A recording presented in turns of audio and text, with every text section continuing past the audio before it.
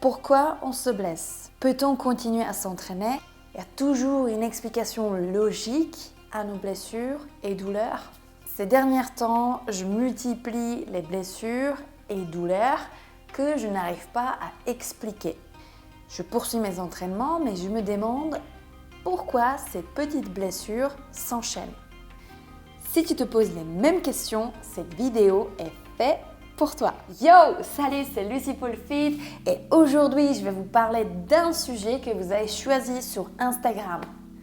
Comment gérer les entraînements malgré des petites blessures et douleurs, et je vais vous donner des explications qui vont peut-être vous éclairer si vous enchaînez des douleurs et des blessures. La vidéo sera un peu plus longue, donc installez-vous confortablement, prenez du popcorn et éventuellement des notes. Allez, c'est parti! Petit disclaimer, je ne suis pas médecin.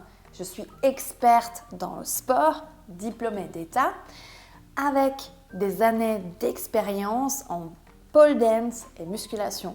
Ce que je partage repose sur mon vécu et quelques formations complémentaires que j'ai effectuées après ma formation initiale d'éducateur sportif. En cas de blessure, consultez toujours en premier lieu un professionnel de santé pour évaluer la gravité de blessure et déterminer la marche à suivre. Maintenant, revenons à nos moutons. Pour ceux qui me suivent sur les réseaux sociaux, vous savez que je pratique la musculation depuis mes 18 ans, donc ça fait à peu près 17 ans. Vous pouvez donc deviner mon âge. Quant à la pole, je pratique depuis 10 ans et j'en ai déjà consacré plus la moitié à l'enseignement. Le sport, c'est mon métier. Je connais bien mon corps et j'arrive donc à repérer quand quelque chose ne va pas, ou enfin en général.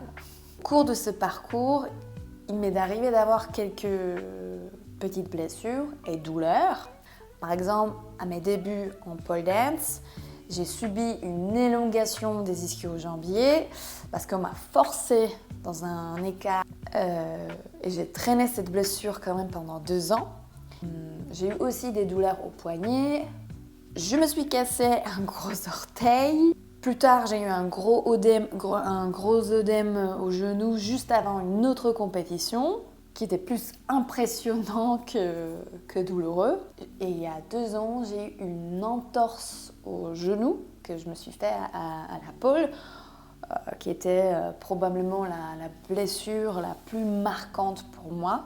Et comme beaucoup de poleuses ou poleurs, j'ai eu aussi des petites douleurs aux épaules, mais rien très grave et rien de tout ça m'a jamais empêché, enfin en tout cas j'ai fait tout pour, de continuer la pole ou le sport en général. J'ai jamais interrompu complètement une activité physique. Avant de vous parler de ma gestion des blessures et tout ce qui suit, il est important de discuter de leur origine. Je me suis toujours dit qu'il était possible de les éviter, ces blessures, et c'est ce que je mets en avant dans mes contenus. Mais il faut admettre qu'il est impossible de les éliminer complètement. On n'a pas de boule de cristal pour prévoir une blessure, mais on peut toujours prendre des précautions pour en réduire les risques.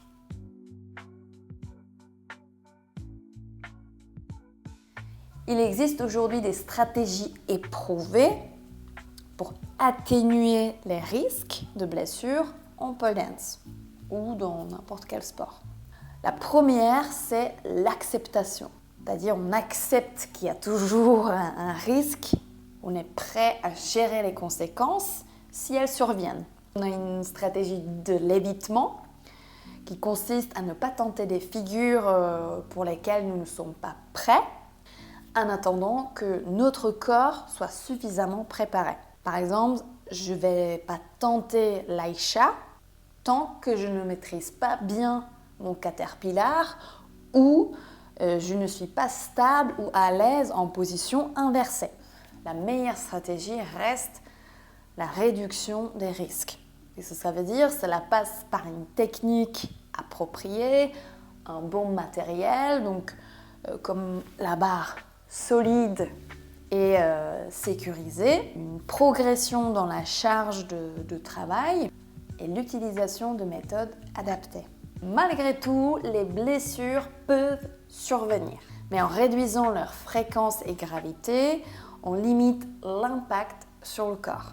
En pole dance, le risque de blessure est plus élevé que dans d'autres sports, en raison de l'extrême souplesse, de la force et de la technique qu'il exige. Et le risque est encore plus élevé pour ceux et celles qui commencent sans avoir pratiqué d'autres sports au préalable. Ensuite, il y a plusieurs facteurs qui influencent le risque de blessure.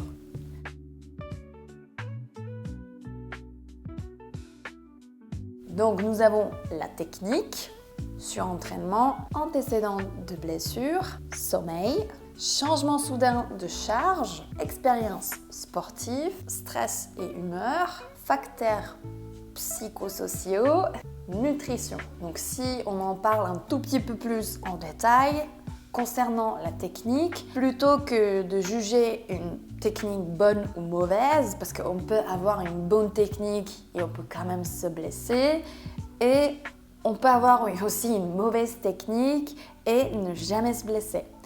Donc il est préférable de parler de la technique efficace ou idéale. Une technique non optimale peut être tolérée selon la force et la résilience de chacun. Donc on va plutôt regarder la capacité de notre corps à tolérer la position dans laquelle on va mettre notre corps. Si on a moins de force ou de tolérance dans telle ou telle position, on augmente le risque de blessure. Le surentraînement, ça c'est aussi un sujet tout à part entière. On sait que sans repos adéquat, si la récupération n'est pas optimale, on augmente aussi le risque de blessure. Le repos donc devrait constituer une place importante dans votre semaine pour progresser en termes de force. Antécédents de blessures. Les blessures qui vous ont arrivé dans le passé, donc par exemple si vous avez eu une entorse à la cheville ou même, je reprends cette élongation, ces antécédents de blessures augmentent aussi la probabilité de récidive et donc de se reblesser à nouveau à cet endroit-là. Sommeil. Dormir suffisamment, donc idéalement 7 heures par nuit, est crucial donc pour la récupération musculaire et la prévention de blessures. Donc si on dort moins que 7 heures, on ne se régénère pas assez, que ce soit physiquement mais aussi mentalement, et on augmente à nouveau le risque de blessure. Changement soudain de charge. Donc un entraînement intense après une pause augmente les risques de blessure. Cela peut être valable si vous partez en vacances pendant 2 semaines et vous revenez et vous voulez reprendre là où vous vous êtes arrêté avant les vacances avec la même intensité. Donc il faut toujours gérer cette charge, donc idéalement descendre l'intensité s'il y avait une coupure. C'est pareil, que ce soit en musculation ou en pole dance. Et de même, si vous êtes en vacances plus de 2 semaines et vous ne faites pas du tout l'activité, il y a un risque de déconditionnement le corps. C'est pareil, on ne peut pas reprendre l'entraînement là où on s'est arrêté avant de faire cette pause de 3, 4 ou plus semaines.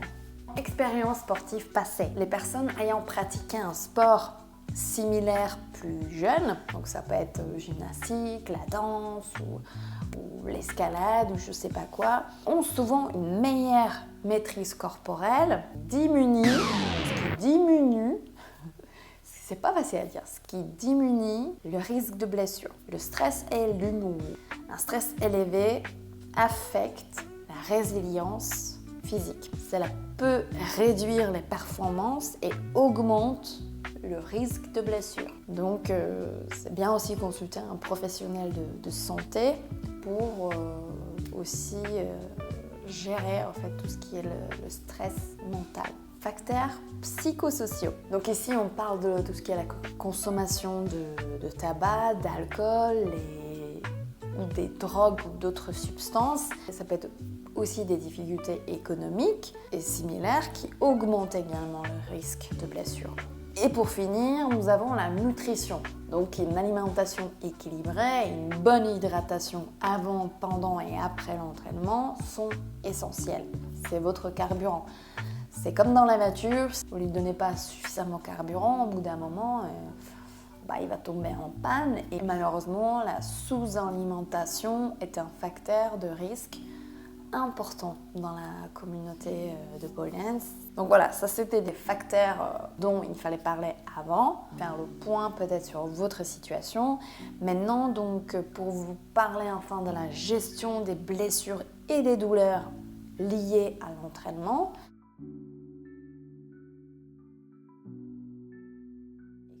Comment faire et pourquoi d'où ça peut venir des douleurs et des blessures comme ça tout le temps. Donc je reviens à mon expérience que j'aimerais vous partager. En apprenant donc à bien connaître mon corps, j'arrive à distinguer la bonne douleur de celle qui signale un problème. D'ailleurs, j'explique ça dans cette vidéo-là. Et lorsque je m'entraîne seule, sans enseigner la pole dance, j'observe toute anomalie dès qu'elle apparaît. Après, à savoir, j'ai une relation saine avec la douleur. Je la perçois comme un signal, tout simplement. Si elle reste modérée, c'est-à-dire en dessous de 4 sur 10, sur l'échelle de la douleur, où 10 signifie ne plus pouvoir bouger, ou alors la douleur est vraiment handicapante, ça fait vraiment mal. Et elle ne s'intensifie pas avec le mouvement, je sais que ce n'est rien grave. D'ailleurs, ça m'est déjà arrivé, j'ai pu continuer à m'entraîner sans empirer quoi que ce soit. Donc, un exemple récent pour vous mettre dans le contexte. En reprenant la musculation après une semaine de repos, j'ai fait donc un exercice qui s'appelle Pistol Squat. Donc pour renforcer surtout au niveau des quadrilles, des fléchisseurs, même les fessiers. Donc je fais cet exercice régulièrement et je le fais surtout sans charge, même si on peut le faire aussi avec. Et j'enchaîne avec des dips. Je travaille souvent avec la méthode en superset également depuis des années. En début de la deuxième série, donc je sens une douleur soudaine qui m'empêche de continuer. Donc c'était une douleur plus inquiétante, donc j'ai immédiatement arrêté. À la fin de la séance, quelques étirements m'ont permis de localiser la douleur, donc j'ai suspecté une élongation, donc plus au niveau de la chaîne postérieure, de l'ischio, qui était sollicité de manière plus en étirement, puisque j'ai travaillé surtout la chaîne antérieure. Donc les premières 72 heures sont cruciales, donc c'est souvent là que je vais observer. Pour ce type de blessure, je repose la zone et j'applique de la glace. Voilà. Par l'habitude, je fais ça pour soulager, rien d'autre parce que la douleur, comme je disais, est plutôt acceptable, c'est pas atroce. Mais je sens qu'il y avait quand même quelque chose. Si je dois enseigner durant cette période, je m'économise autant que possible pour éviter d'aggraver la blessure. Et si la douleur persiste au-delà de 72 heures, je consulte un professionnel de santé. Alors souvent c'est un ostéopathe parce que c'est le plus rapide, disons. Mais après, évidemment, selon la gravité, quand je me suis fait une entorse au genou, je suis allée directement aux urgences. Donc j'essaye aussi de traiter le problème le plus rapidement possible. Parce que déjà, c'est mon métier, je ne peux pas me permettre de rester handicapée, tout simplement. Et plus rapidement vous allez résoudre, vous allez savoir de quoi s'agit-il pour mettre un protocole en place, mieux c'est. Plus on laisse traîner donc des semaines, des mois, le truc qui nous fait mal, ça peut même s'aggraver, ça peut vraiment vous handicaper au point que votre corps il commencerait peut-être à compenser avec, pour éviter que ça vous fasse mal, et ça peut générer en fait toute une chaîne des problématiques, empirer vraiment la situation. Donc, c'est vraiment faire au plus rapidement possible si cette gêne dure plus que 72 heures et ben vous sentez que c'est pas forcément quelque chose de normal. Dans ce cas d'une élongation bénigne, j'attends une semaine avant de solliciter mon ischio et je continue l'entraînement en adaptant les exercices pour ne pas trop tirer sur le tendon, parce qu'à savoir quand vous faites une élongation, c'est pas une déchirure, d'accord? Les fibres sont pas éclatées, si on doit dire ça.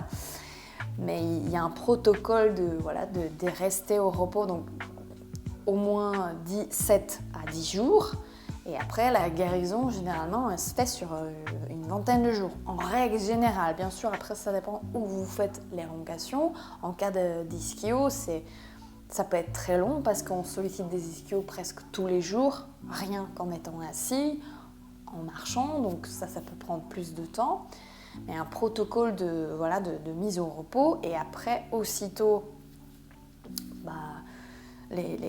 on va dire la première phase de l'inflammation est passée, on commence à faire des exercices plus de tonification d'isométrique. Donc moi, dans mon cas, c'est pas quelque chose de très grave, mais il faut éviter de tirer sur le tendon, bien sûr, c'est fragile quand même. Et cette blessure, donc pour ma part, se remet bien, mais elle n'est pas la seule que j'ai eue récemment. En septembre, j'ai eu des douleurs au tendon, cette fois-ci rotulien. Et mon épaule gauche m'a aussi embêté un bon moment et c'est pas toujours remis en ordre. Donc là, si on regarde, c'est tout le côté gauche. Pourquoi? Je n'ai aucune idée. C'est peut-être la chaîne musculaire qui se décompose une partie après l'autre. J'ai donc réduit la charge sur les articulations touchées, repris les exercices du bas du corps de manière plus isolée et mis en place un protocole vraiment pour renforcer ma coiffe de rotateur pour les épaules. Alors maintenant, la question qui se pose est la suivante. Pourquoi est-ce que je n'arrête pas d'enchaîner les blessures ou des petites douleurs? Donc je vais vous donner mon explication, vous pouvez très bien me faire le retour aussi par rapport à ça. Certes, j'ai repris l'enseignement de la pole dance récemment, ce qui ajoute une surcharge pour mes épaules, ça c'est une vérité et je la conçois complètement parce que je ne suis pas non plus la plus jeune. Et on sait aussi qu'à partir même 30 ans et ensuite 35 ans, on récupère déjà beaucoup moins et le risque de blessure, potentiellement, il augmente aussi avec l'âge. Ce que je n'ai pas dit au début, mais c'est aussi quelque chose à prendre en compte. D'accord? Donc j'en suis consciente de tout ça. Et donc pour permettre à mon corps de s'habituer, j'ai temporairement réduit aussi mes entraînements en musculation. Mais malgré cette adaptation, je me blesse encore. Donc d'où cela peut venir?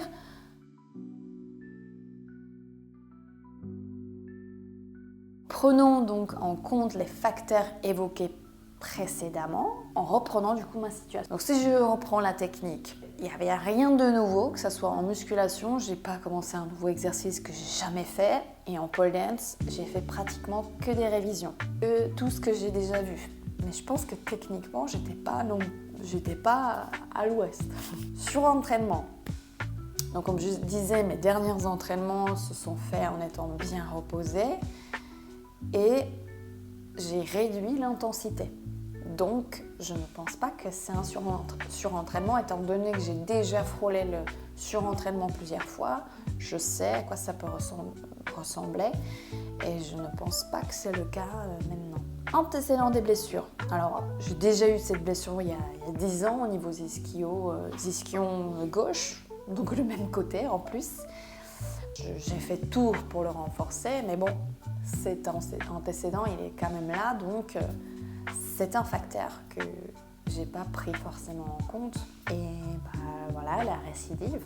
Le sommeil, comme je disais, j'estime que j'ai un sommeil suffisant et de bonne qualité, donc je dors au moins 8 heures par nuit, je me couche jamais ou rarement après 23 heures. Donc sur ça, je suis plutôt calée. Changement soudain de charge. J'ai réduit la charge. Pas assez d'entraînement. Alors j'ai 7 ans de pratique en musculation, 10 ans de pratique de pole dance. Mon corps est plutôt bien habitué à ce type d'entraînement. Ensuite, le stress et l'humeur. Alors parfois on dit que tout va bien, mais inconsciemment le stress peut être présent. Ça, j'ai du mal à évaluer ce facteur. Mode de vie, donc là on va parler, bon, je ne fume pas, je ne bois pas et je me nourris correctement. J'ai augmenté également le taux hydrique. Donc, quand c'est comme ça, quelle est la solution ? Comme je disais, je vais voir toujours un professionnel de santé, surtout quand les choses traînent comme ça. Donc, j'ai vu médecin traitant et récemment, je suis aussi allée voir une chiropracticienne au lieu d'aller voir mon ostéo habituellement.